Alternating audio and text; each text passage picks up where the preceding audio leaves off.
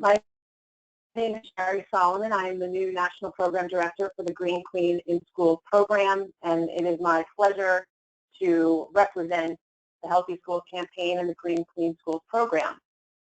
Before we get started with our fabulous group of panelists, I'd like to review some logistics and share a little bit more about the Healthy Schools campaign and the Green Clean Schools program. To share some logistics, the webinar will run approximately 1 hour. A recording of the webinar will be available online, and the Healthy Schools campaign will also go ahead and send that out to all the folks that have registered. If you would kindly take a couple minutes at the end to complete the survey, we would truly appreciate it. Your feedback is valuable, and we appreciate your time in doing so.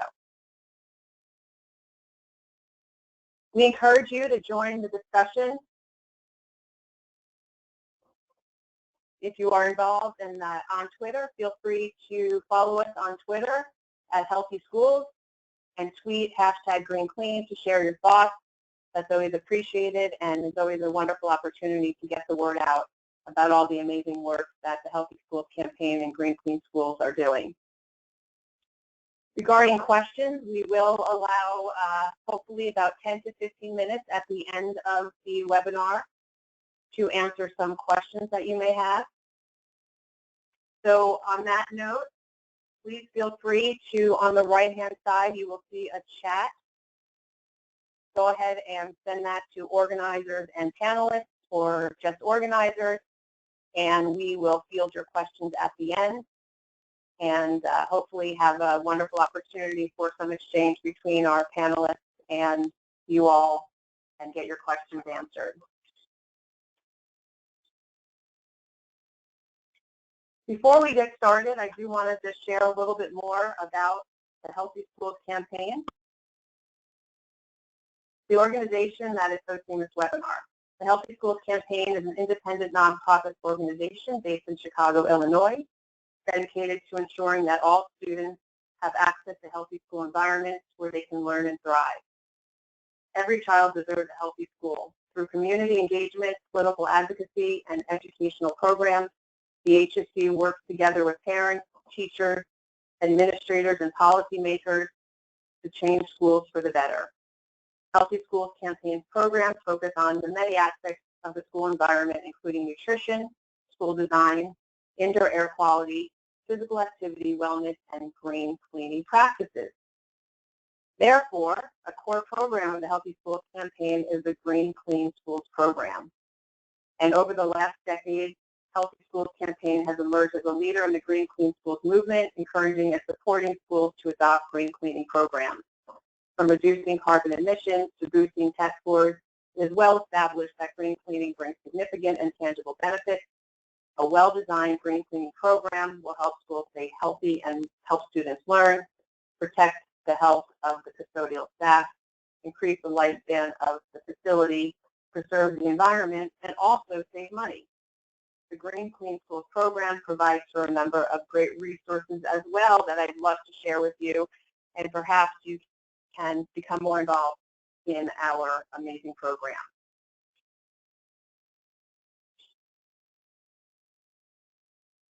So the next slide, our greencleaningschools.org is an online home for all things green, including our easy access tools and resources to help you start or enhance a green cleaning program at your school. One of the most popular resources is our 5 steps to green cleaning in schools that you see outlined here. And the intention of the 5 steps is really to highlight the fact that the green clean should be a simple solution, not one that overwhelms or bogs you down. And so the intention is to make these steps as simple and as easy as possible to implement. In addition to our 5 steps, we also have a number of amazing on-site events. And we have one coming up not too shortly. In July, the Leadership Institute is going to be held in beautiful Park City, Utah.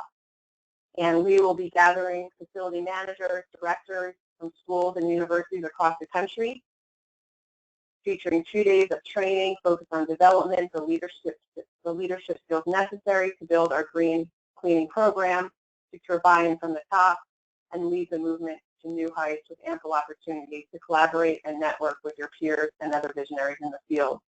We encourage you to register and attend. It's going to be an amazing event.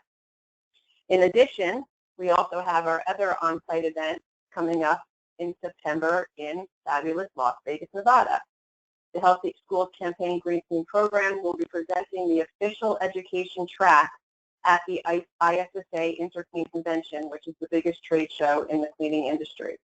It's a two-day event within an event, and it's designed to provide facility personnel at schools and universities with the tools they need to implement healthy, successful, and effective green cleaning programs at their institutions.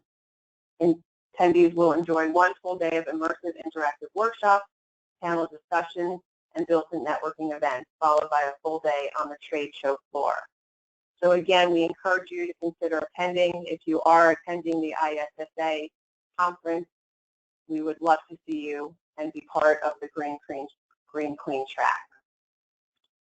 So without further ado, I would like to introduce today's panelists. First, we're going to hear from Kim Thomas. Kim Thomas is the Executive Director of Plant Services and Custodial Operations at Clark County Schools, followed by Diana Stewart, President of EnvirOx. Shawna Cragun will speak next, Director of Custodial Services, Davis School District in Utah.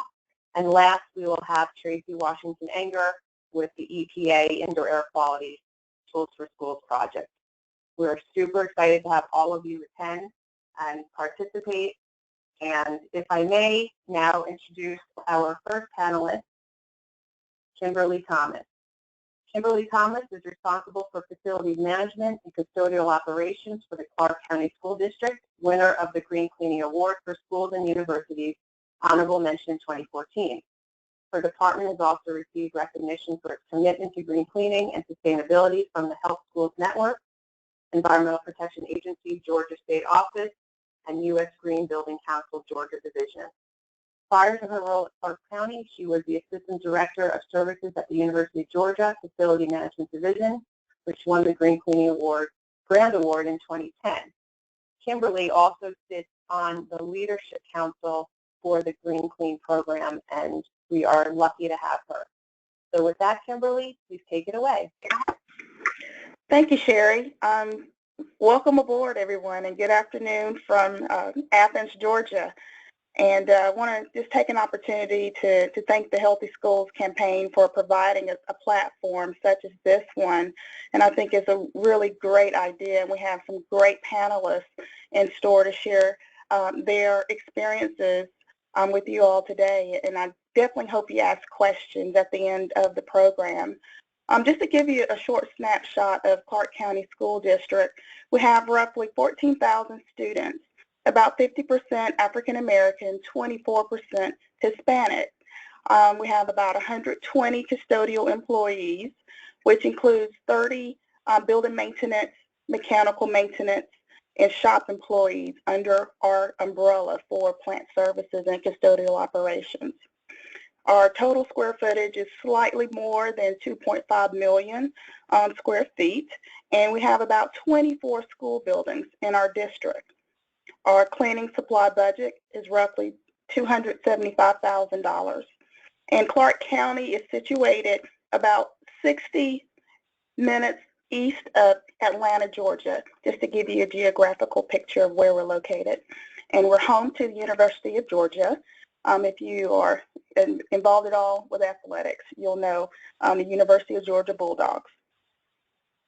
According to a report by Leading Cleaning Industry Trends, 2015, there were approximately 875,000 businesses that employed roughly 3.5 million people in the cleaning industry.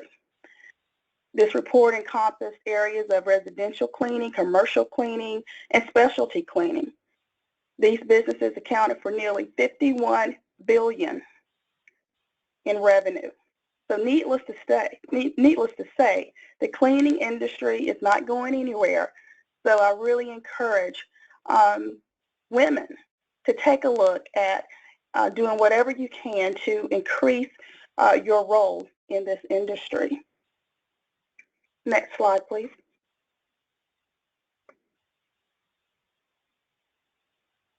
I want to talk about some of my personal inspiration as to how I got involved with green cleaning and facility management. And it comes from very humble beginnings.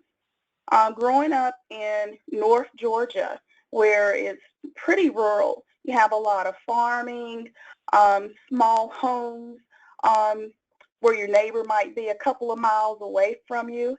You might go across a couple of creeks. You can look out your backyard and see all types of animals. So it's always fond memories when I think about growing up. One of the first vivid memories of cleaning, I remember going and spending my summers with my grandmother, and she was a domestic cleaner, which meant that she cleaned homes for other people. But it wasn't really a worker-employee relationship. It was more like family. There were several different families on her client list. They shared stories. They shared parties. If one person had something growing in their garden and my grandmother had something different, they would share the crop.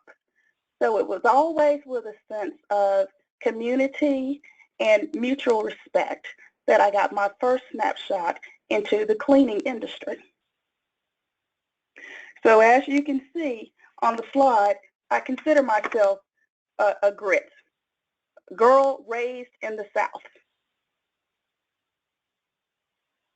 And from these initial exposures, from spending time with my grandmother and then moving into going to college, working my way through school, spending time as a student advisor with minority students at the University of Georgia, and then transferring into public safety, and then going into facility management.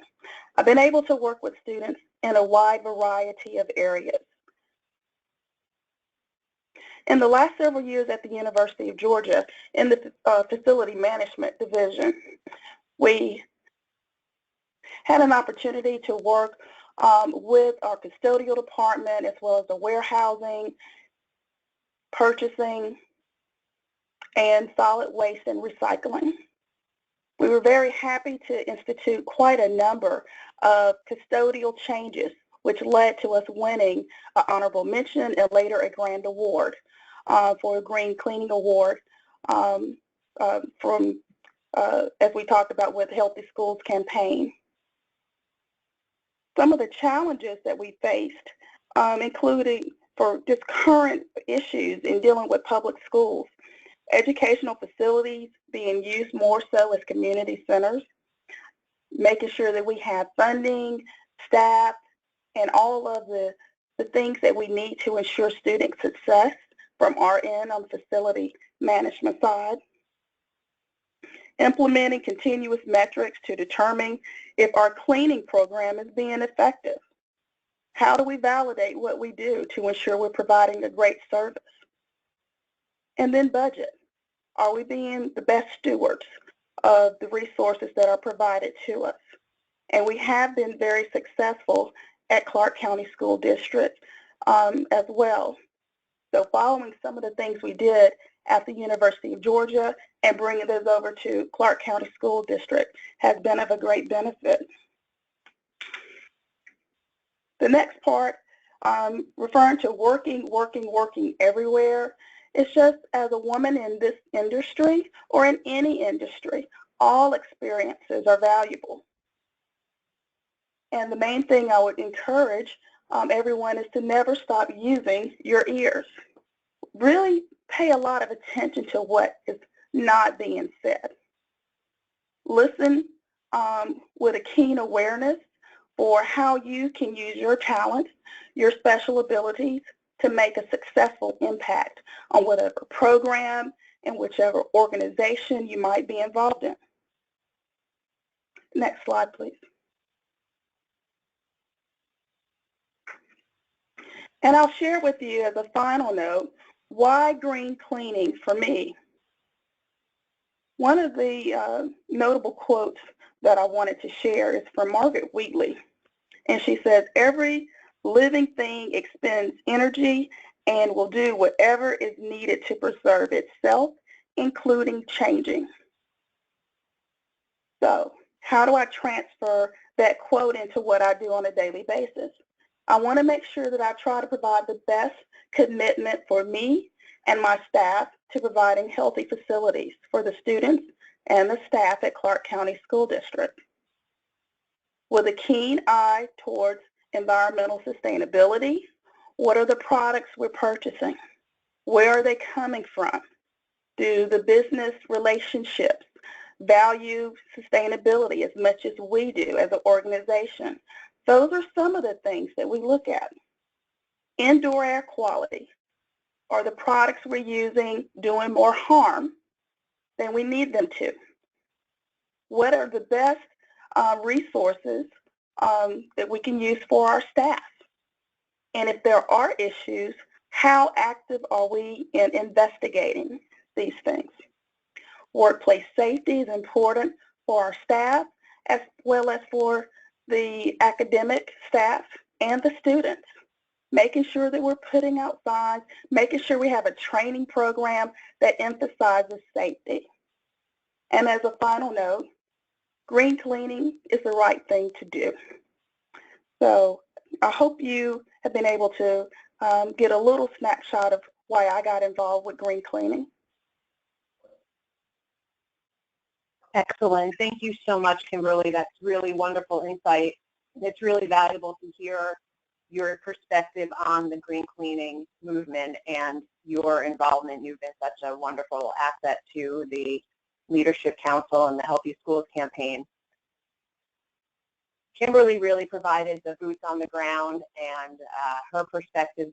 And the intention of this webinar is to provide different perspectives from women in the green cleaning industry. And therefore, on that note, we're going to move on to Diana Stewart. Diana Stewart is owner and president of EnvirOx, a purpose-driven owner, executive, wife, and mother. She's grateful to do meaningful work with wonderful people every day. Near and dear to Diana's heart is the positive impact of EnvirOx's cleaning technologies within schools for our most valuable, vulnerable population, our children, spend so much time. As second-generation ownership and leadership, she is proud to advance the company and technology her father began 20 years ago. EnvirOx LLC was started in 1995 as a research project to develop a new cleaning chemical technology. After extensive testing and reworking of formulation, the EnvirOx research team found that oxygen was the answer and hydrogen peroxide was the vehicle, effectively eliminated the need for traditional higher toxicity ingredients. Today, EnvirOx has transformed the cleaning industry, and the company's original goal in developing a safer cleaning product has helped spur the entire industry to become safer and healthier. It is my pleasure to introduce Diana. Thank you, Sherry. I really appreciate the introduction and being in such excellent company with these fantastic women who are driving forward the same purpose that I've dedicated my career to as well. So thank you, everybody, for joining. And first, I'd like to talk about what inspired me to make green cleaning my life's work. If we could go ahead and switch to the next slide. For those of you who may be unfamiliar with EnvirOx, we exclusively develop, manufacture, sell healthier cleaning chemicals to the commercial market. So we don't do consumer. We stick with where people really work and learn and play for the most part. And we launched our company originally as a green, sustainable business, and it continues to be the cornerstone of what we do. So to tell you a little bit about how I got into this, it was my father who invented and patented our original hydrogen peroxide cleaning technology. And at the time he was doing this, I was still in high school watching him start this business. And it was he and my brother who built EnvirOx in those early years from scratch. And I had the unique opportunity to watch them build this company and also participate. So on my summer breaks during school and throughout college, I was helping our salespeople train primarily custodial staffs, usually in K through 12 school environments and occasionally on college campuses as well. And since I had grown up with this safer, healthier cleaning technology, at that point in the beginning, I didn't really understand how toxic and damaging to people's health traditional cleaning chemistry often is. But it was through those experiences of seeing and hearing the stories and experiencing the difference that we were making in primarily the custodians' lives, where they had been going to work every single day, choking while they were doing their job. And some of the most committed people that I have ever met to getting the results, to keeping those school environments especially clean and safe and better for the students, and at the same time sacrificing their own well-being. And that experience, it really set my direction. It planted the seed for what I would later on choose to do with my career. The other part of this is that at the same time, both my father and brother would often do speaking engagements, and they wouldn't speak on just the topic of cleaning chemicals. They would talk about toxicity and how our modern lifestyles are completely awash in chemicals. And it would go from all of the studies and the science that's come out about our food and our water and our air, our body care products, the outgassing from building materials. They would talk about all of it. And they talk about the seemingly correlated health damage that we're experiencing in small and big ways. So through my late teens and early 20s, I'm getting all this information and meeting these incredible people and seeing the difference that safer, healthier products make in people's lives. And that was the time that I decided towards the end of college, I looked around, I'm like, wow, this is what I care about. I need to be a positive change maker for people in this area and join the cause. And, that passion and belief that we have to reduce this toxicity that's damaging all of our futures, it's what guides me and inspires me every single day. So just to sort of round out the story here of how I've come to this cause, I was already passionate about it, and then 3 years ago, I had twins. So now I'm raising, children into our future, and that responsibility has only solidified with me considerably in terms of the work that we're doing at EnvirOx and that the Healthy Schools campaign is doing, and that all the people on this call are committed to. So that's how I came to this mission and this vision and really this passion around green cleaning. And I've had this extraordinary opportunity to build myself into president and ownership and leader of EnvirOx into the future. And because of all these collaborative partnerships with other organizations and with the people who are making these decisions within schools, I really feel like we've only scratched the surface, and we're on a pretty great trajectory as a movement in green cleaning. So if you could go ahead and switch slides, that brings us up to present. And so along this path, I've found that when things are their most challenging, it tends to lead to the biggest opportunities and the greatest lessons. So I've picked a couple things up over the last few years. I'm not great at them, but they help, and I wanted to share them. So to go down the list here, know what you stand for, make it clear, and stick to it. So as a company, we have a set of stated values, and we use them. It's not just on our website. It's not just a piece of paper in the employee handbook. These are decisions we've made about what we stand for. And we use this when we develop new products. We use this when we're making decisions about investments in new markets and how to access and reach and help customers and add value. And it's important because it defines what we will do, but even more importantly, it defines what we won't do. And it keeps us on track, and it keeps the path clear. So really knowing what we stand for. I've also learned that business is not a democracy, but it is a collaboration. it's been my experience that collaborative leadership is superior, especially if your goal is to have a team that is bought in and committed to the objectives. So it's time consuming. You know, I think the old school way of just telling people what to do maybe took less time, but I doubt the results were nearly as rewarding, and we experienced the rewards of working in teams and collaboratively here every day. So simply sharing that. And then lead by example. It's a good, well-known quote from Gandhi in terms of being the change you wish to see in the world. And I found that this is true with family and friendships and business, and certainly now with raising toddlers. Always looking in the mirror first when you're looking at leading change. And then next, you can't be everything to everybody, and this is the tough one, but it's making choices and not letting other people make them for you to keep you on track. It goes back to these values, and I find that to be so critical, personally and professionally.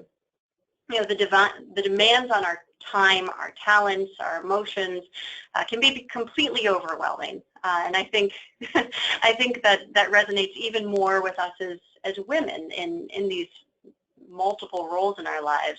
So if that resonates with you, believe me, you're not alone. And I found that getting clear about priorities and values and making sure to put those first in every choice that I make makes it a little bit easier. And it helps me focus my energy in the places that make the biggest impact.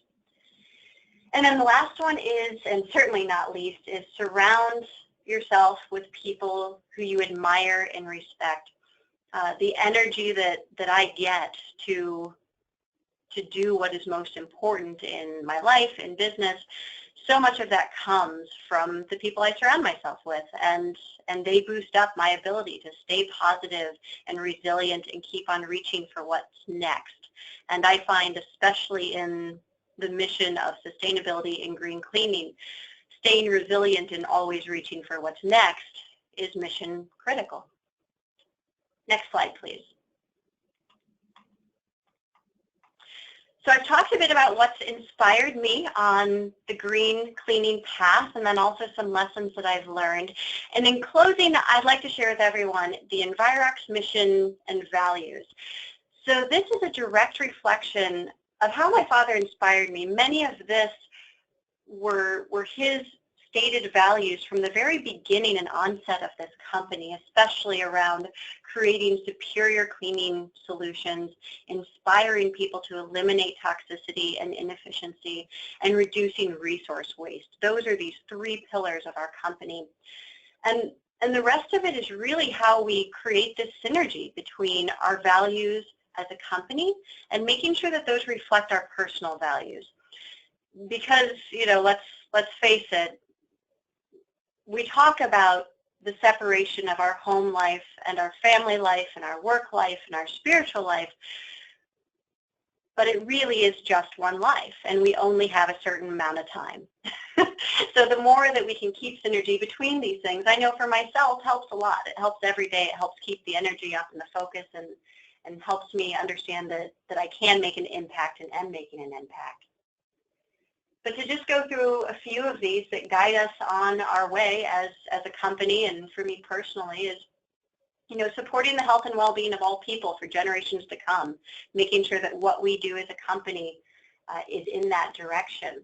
Organizational and especially individual accountability. We can't achieve much of anything without it.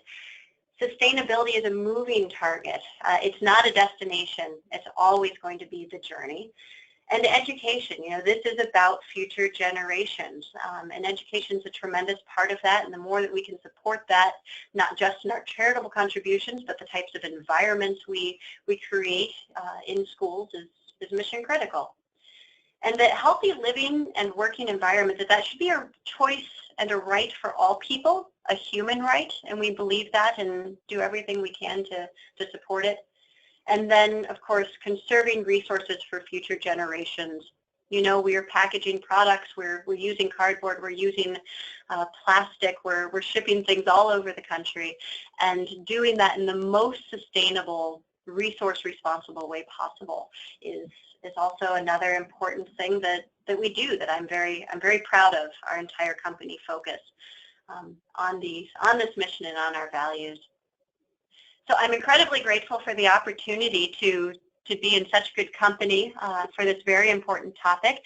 And that concludes my area. I'm really excited to hear the other panelists share their stories too. Thank you. Excellent. Thank you so much, Diana. That was really great. It's really fascinating to learn how you transform professionally and hear your story. And it's truly valuable to hear what you believe makes a leader. So I really appreciated hearing that, and we all thank you for that. We now are going to move on to Ms. Shawna Cragun to hear another unique perspective on women in green cleaning. Shawna Cragun is the director of Davis School District Custodial Services. Davis is the second largest district in Utah with 72,500 students, 8,000 staff members, and 102 facilities. She's also the Utah School Custodial Managers Association president-elect, representing 15 school districts, 600 schools, and 400,000 students. Shawna has a true passion for all things that support environmental and personal health. And with that, I will let Shawna take it away.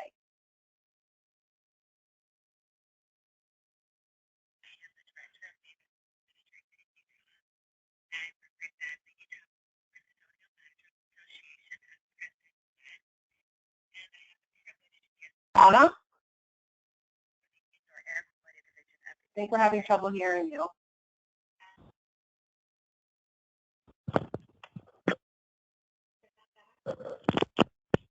I'm sorry, is that better? That is better. Hold on, I'm having a problem with my headset. 1 second. Okay.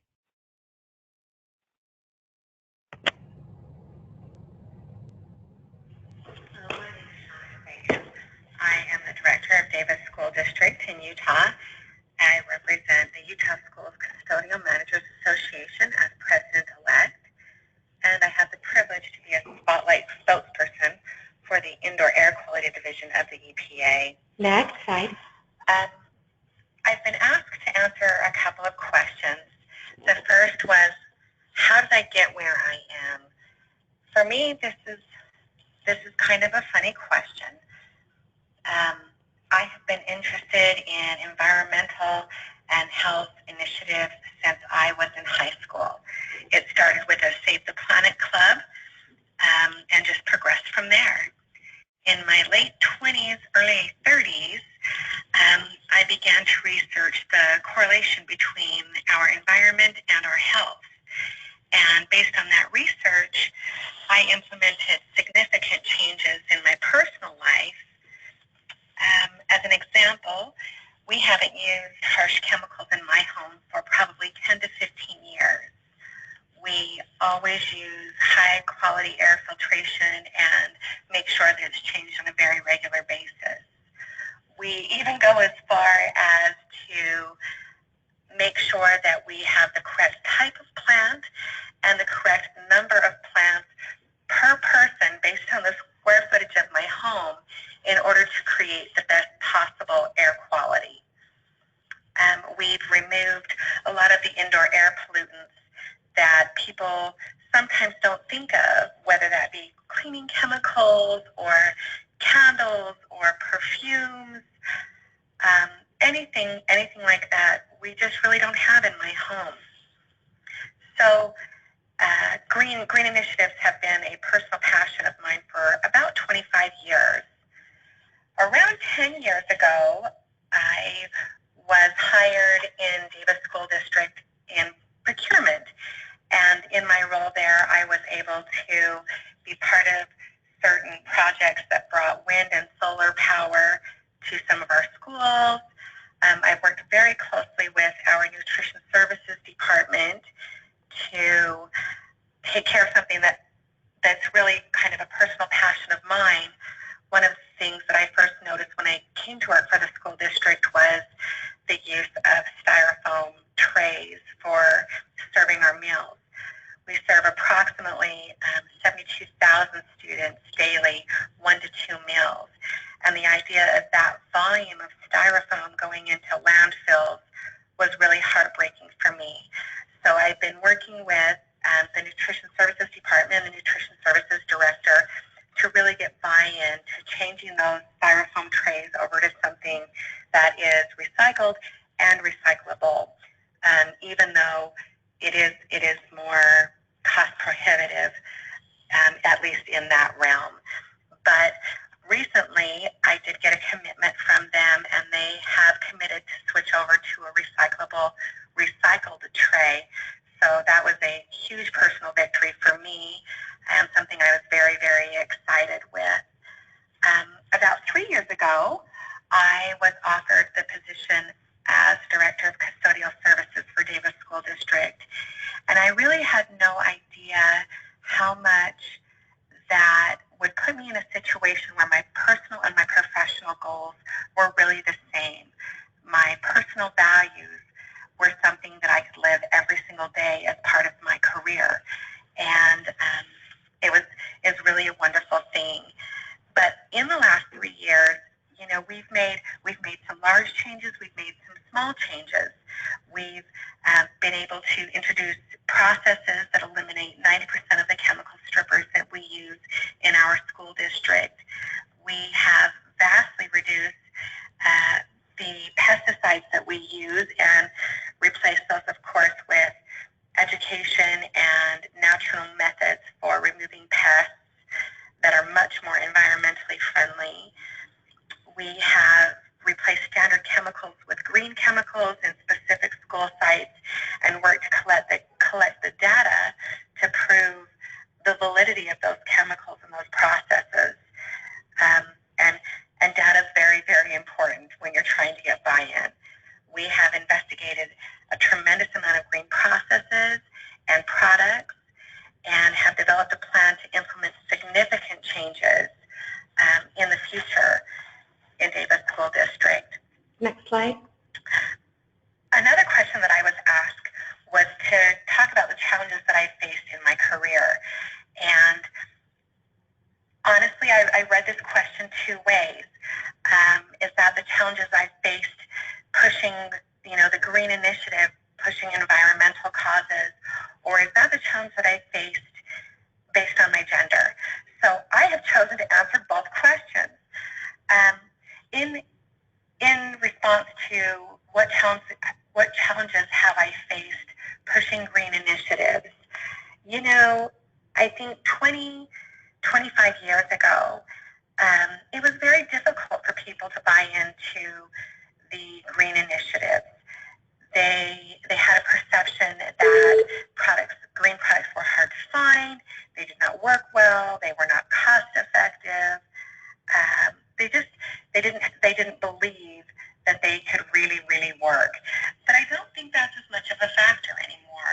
I really believe that there has been such a cultural change that the mainstream really believes that these products do have validity. So I don't think that's as much of an issue anymore. I do believe there is one significant thing I've learned trying to push green and really anything, and that is this. When you're talking about healthy initiatives, when you're talking about green processes, you have people that when you talk to them, you can tell that they believe you, they're interested, they're curious about, you know, how these things can affect them, and they're great to talk to. There's also people that are right on the fence. You know, they need some scientific background, they need some data to really get buy-in, but they're open-minded and they're willing to listen and really put thought into whether or not what you're saying is valid. And there are also those people that it doesn't matter how much scientific data you have, it doesn't matter if you've crossed every T and dotted every I. The fact of the matter is they don't care. It's not that they don't believe you. It's not that they don't think it makes sense. They just don't care. So I think one of the most valuable things I've learned in relation to that is instead of spending time or energy trying to convince someone who's never going to open their eyes, spend your time and energy on the people that want to make change. Spend your time and energy on the people that are on the fence but are open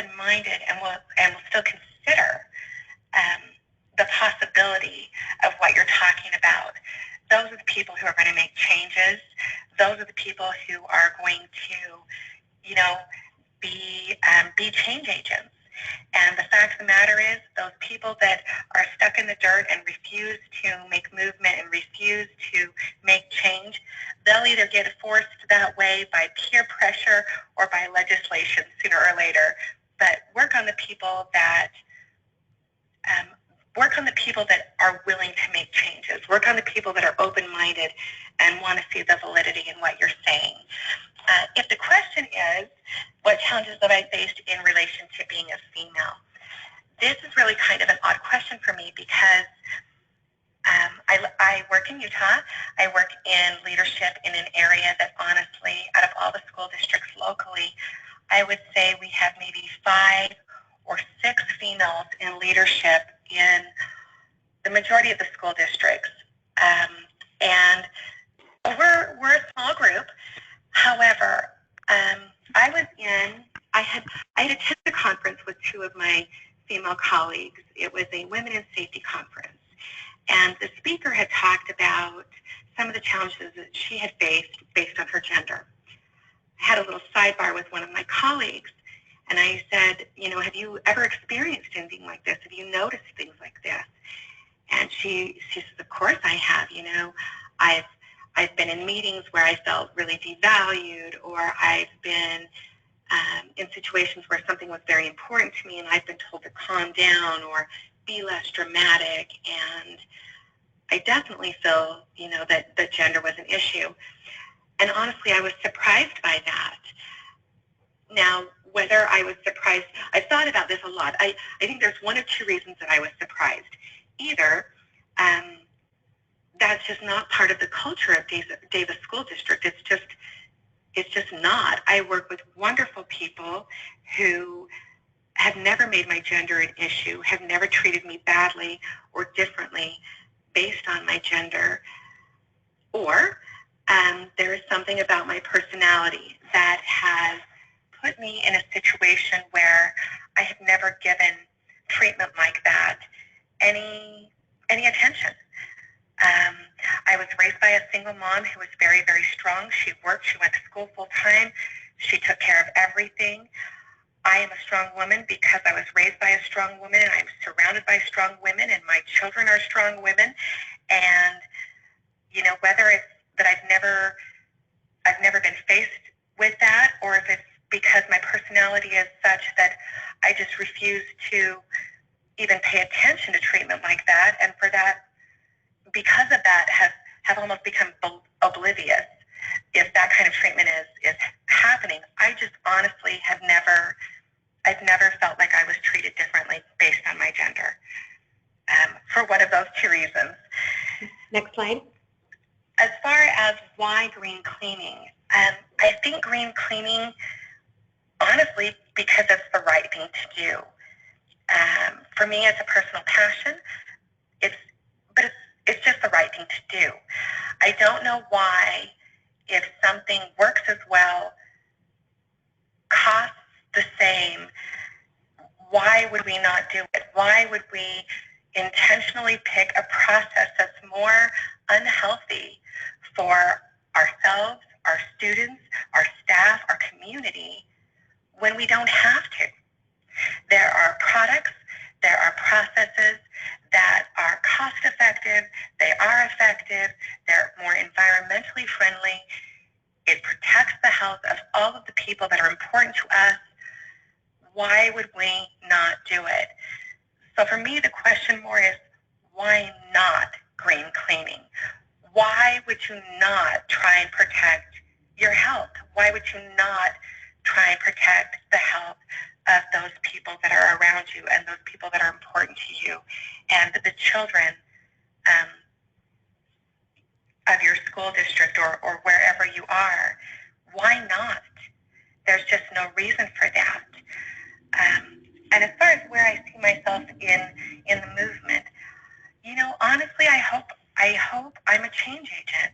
I hope that one school district or one person sees that they can make one small change, and because of that one small change, they feel comfortable making another small change. I hope that I'm an educator, I hope I help people understand it's not cumbersome, it's not complicated, it doesn't have to be overwhelming. We can do this one small step at a time. Thank you. Excellent, Shawna. Thank you so much. Your passion for the industry and for strong leadership really shines through. And I really appreciate your insight. I think a good takeaway from your talk: spend your time and energy on the people that care and can evoke change. I think that's a really valuable takeaway, and I think all of us can relate to that in whatever we're sort of trying to translate to our potential clients or organizations. So thank you so much for that. And last but certainly not least, we have Tracy Washington Enger. Tracy Washington Enger is passionate about improving public health through evoking the leadership that resides in all of us. In her work over the last 20 years with the U.S. Environmental Protection Agency, Ms. Washington Enger is dedicated to creating the safe, healthy, pristine school environment that helps students and staff create the miracle of learning. Ms. Washington Enger works with communities around the country and internationally, facilitating events which generate action to address critical health and environmental issues. In preparation for her current role as Community Leadership Development Facilitator, Ms. Washington Enger received her BS and MS in Journalism from Ohio University in Athens, Ohio. After graduate school, Ms. Enger joined the Peace Corps, where she taught English literature and language in Sierra Leone, West Africa. Additionally, Ms. Washington Enger is an alumnus of the Newfield Network International Coaching Program, and she currently resides in Alexandria, Virginia with her husband and 2 sons. And with that, I will have Tracy present.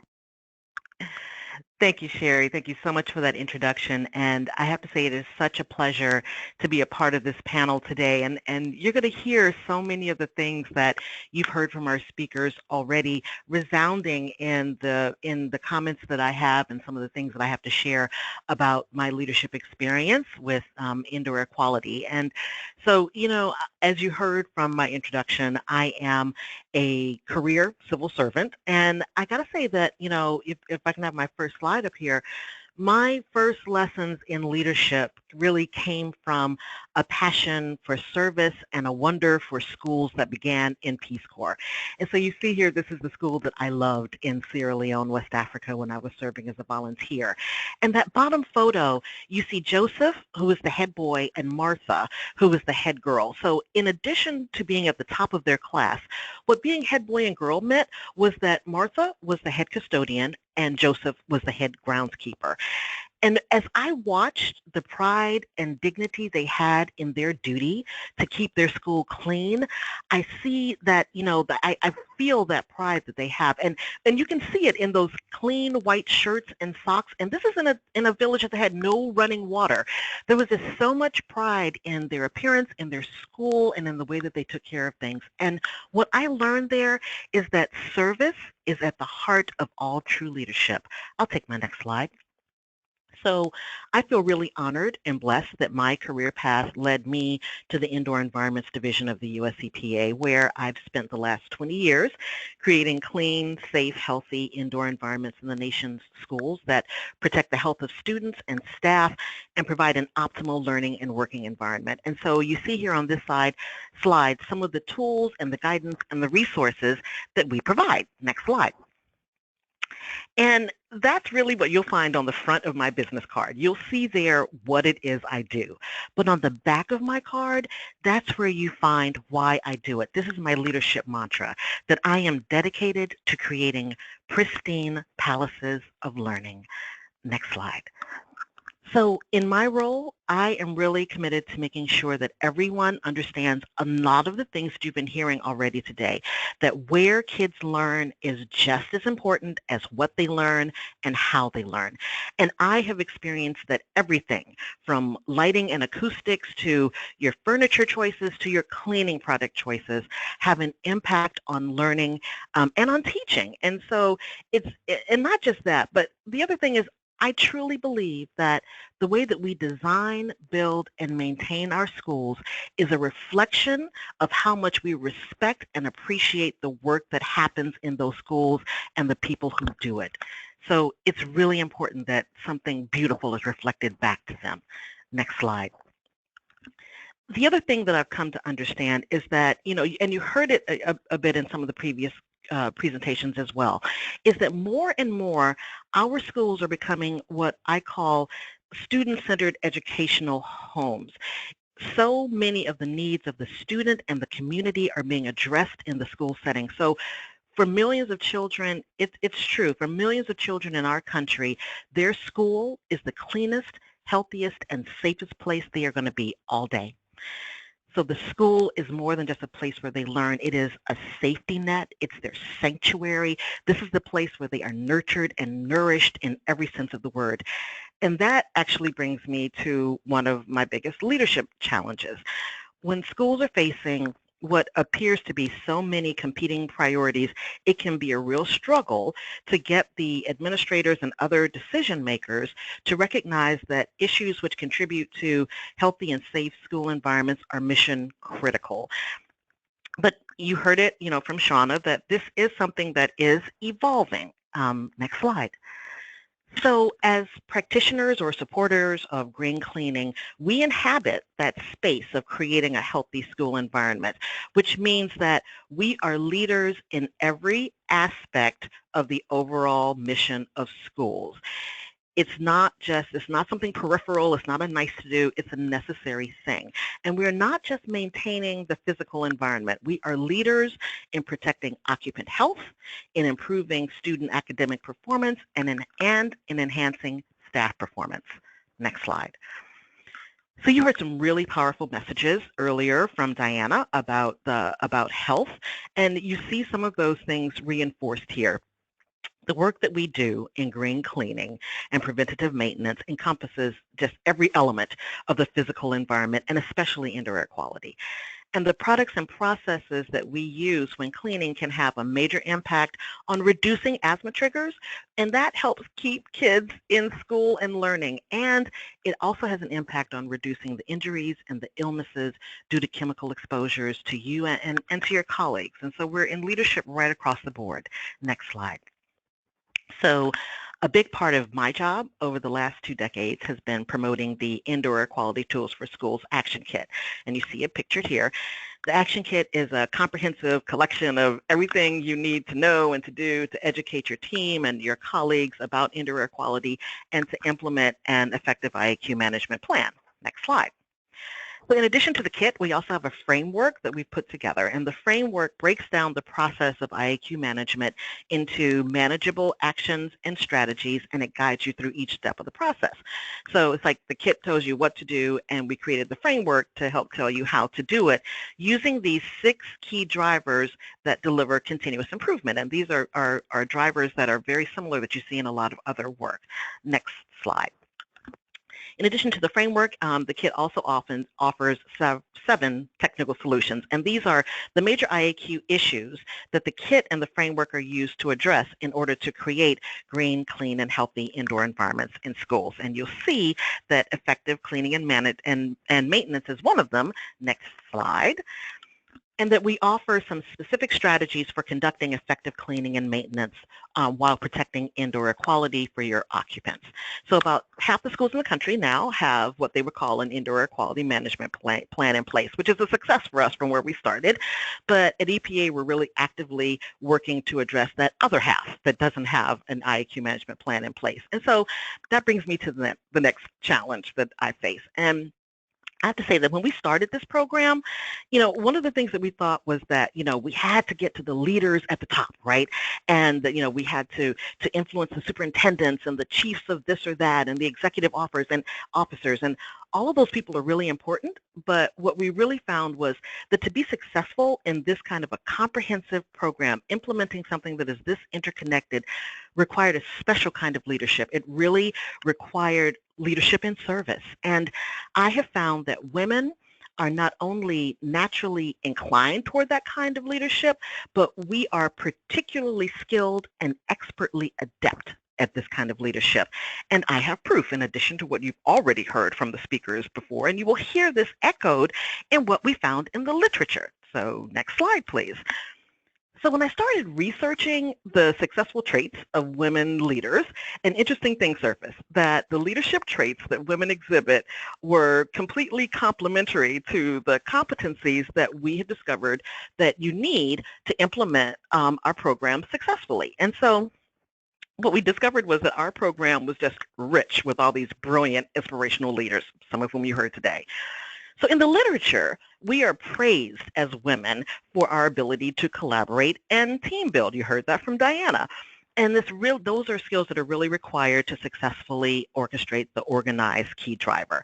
And Kim Thomas, who you see pictured there, has for a long time been inspirational to me in the way that you heard how masterfully she brings together and supports this really strong interdisciplinary team in her district. Next slide. Another leadership area where women excel is in networking and communication. And here you see Ann Kelsey Lamb from the Regional Asthma Management and Prevention Program in California. So Ann is working with school-based health centers across the country to improve indoor air quality in schools. And at one of her most successful project sites in East Oakland, the Learning Collaborative worked to build relationships with both the principals and the custodial staff to successfully make the switch to asthma-safer cleaning products. Next slide. So, you heard Kim talking about never stop using your ears. Well, the assessment key driver is really the linchpin to indoor air quality management. And women leaders are noted for their skills of observation and, moreover, their ability for that deep, active listening that you heard about that leads to effective action. So on the bottom right there, you see Tiffany Delcourt, who is a tireless leader in the efforts to do walkthroughs and to assess and to improve facilities in the Recovery School District of New Orleans. Next slide. So, one of the things that really struck me when I listened to Diana was her talking about that statement of value and how much it influences the work that they do. Women leaders are recognized for their ability to really stay mission-focused and strategic, to plan the work and work the plan. So the woman you see here on the left in the top photo is Francine Locke, and she's the environmental director for the School District of Philadelphia. And Francine and her colleagues are working towards implementing the Indoor Air Quality Tools for Schools program in 220, all of the district schools, all 220 schools in the district. And when you talk to her about it, you see the elephant picture there at the bottom? That elephant is their mascot for how they approach the work. They say they approach the work just like eating an elephant, one bite at a time. So breaking it down into stages, working the plan for the future. Next slide. So another strength of women leaders is the way that they take time to train and mentor others. So on the left here, you see Peggy Caruso, who's the Environmental and Safety Assistant Director for the Katy Independent School District in Katy, Texas. And beside her is Ida Baca, who is one of her head custodians. So Peggy uses the room that you see there to train the custodial staff, but she doesn't just train them in what to do, she trains them in why they're doing it. So when I met her with her staff and I asked them about their work, the first thing that they said was the impact that their cleaning had on protecting the health of kids with asthma. I was floored. It was just amazing how mission-driven they were because of that training. Next slide. So women leaders were also identified as being entrepreneurial and results-driven. So one of the articles actually called us opportunity experts. I love that. I'm going to have it tattooed on on my shoulder. So and I think that certainly applies to Diane Rhodes, who is the Assistant Director of Health Services at the Northeast Independent School District in San Antonio. And with her asthma education and awareness program, Diane has educated both health and facilities staff about the connection between facilities management, IAQ, and asthma management. So from there, she went on to demonstrate how investments in improving the indoor environment led to reductions in asthma-related absenteeism, which resulted in increased instruction time and millions of dollars of savings for the district. Next slide. So another trait for women leaders is that we are lifelong learners and devoted to ongoing professional development. My colleagues and I at the EPA want to support all of you as you continue in your development and in your skills, and we encourage you to take our IAQ Masterclass Professional Training Webinar Series.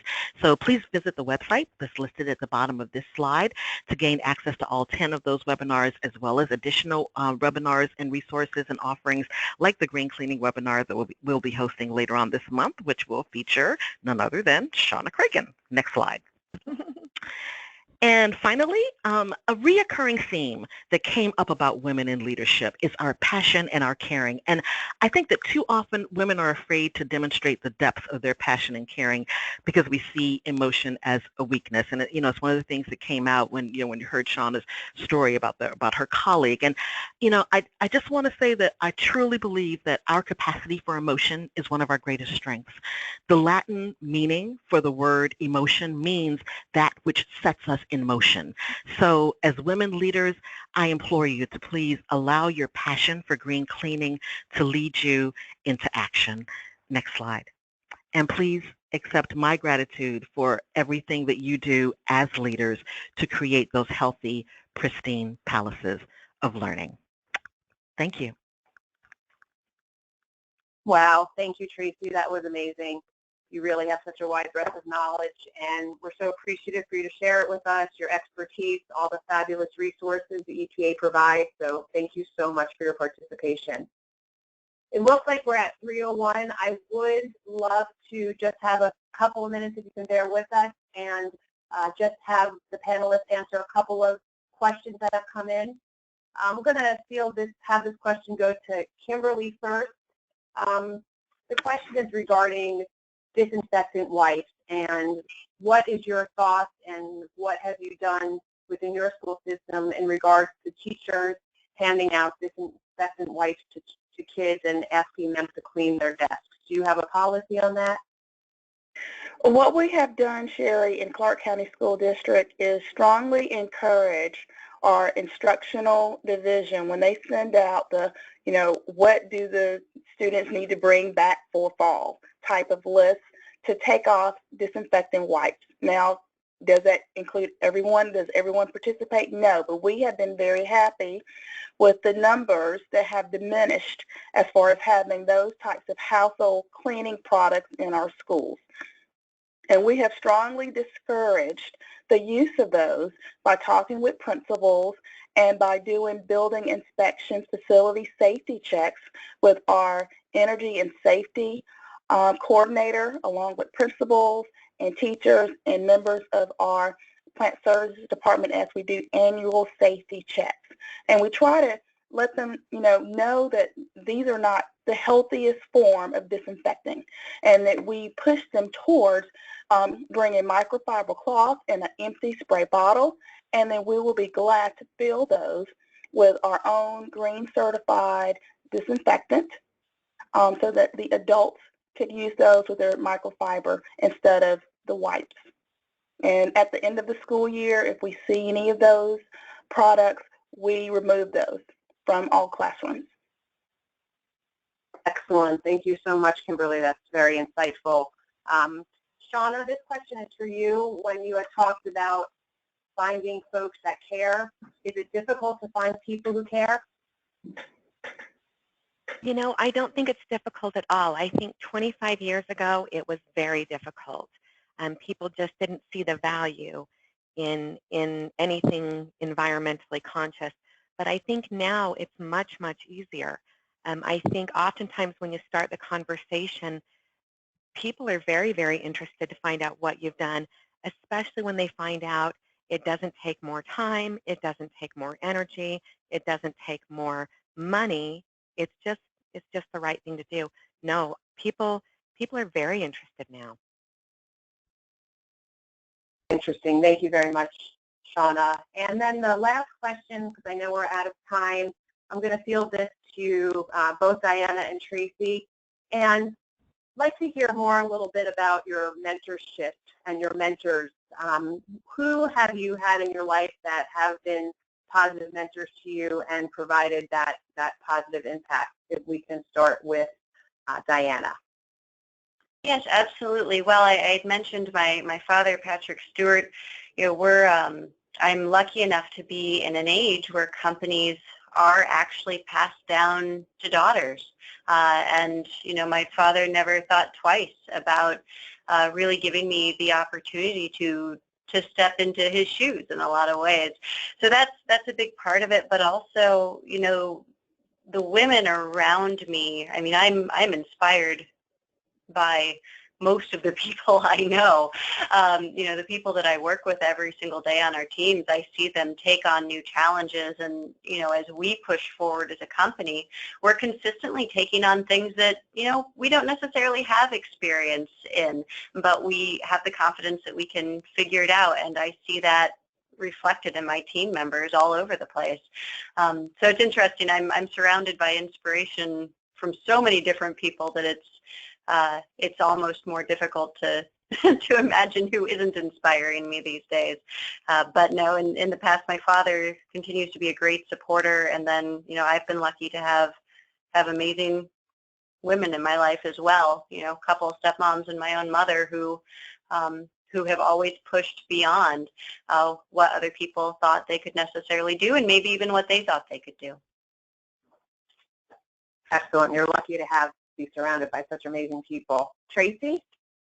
Yeah, you know, I definitely echo what Diana has to say about the peers who are around me, and I would also remind people that, you know, the women that you see pictured on those slides are all mentors within our network who are, when I see the generosity that they give of their time and their experience reaching out to other women and men and other school districts so that they can emulate some of the same experiences and successes they've had, I get really inspired. And I have to say, too, you know, we were talking about this a little before the call started, before the webinar started, that, you know, I am a product of an all-girls Ursuline education, and those Ursuline nuns in an all-female setting, it really was inspirational for me. And I think that was the beginning of me surrounding myself with other women who were focused on the same kinds of things I was, who were, you know, goal-oriented, who shared my values, and, you know, in an all-female setting where, of course, the captain of the basketball team was a girl, and of course, the president of the student council was a female. It really gave me this confidence that there really was, you know, that we really could do anything, and that camaraderie and that mentorship together, and that has continued throughout my life. And I, you know, like Shawna, I don't think it's an accident that I have found myself in the places where I have. I think that I have been drawn to it by the way that I've come up. And so I would encourage women to seek out those same kinds of networks and do tap into the resources that we have, because we have so many women who are so willing to be in mentorship for others. And so, you know, please take advantage of that. Excellent, Tracy. Well, I think that's a perfect question to end on, because you all are all mentors to us. And so I really appreciate your expertise and your insight. Before we go, I do want to give a special shout out to our sponsors, our platinum sponsors, EnvirOx. Thank you, Diana Stewart and Gojo, and also to our gold sponsors and silver sponsors that are listed here on the slide.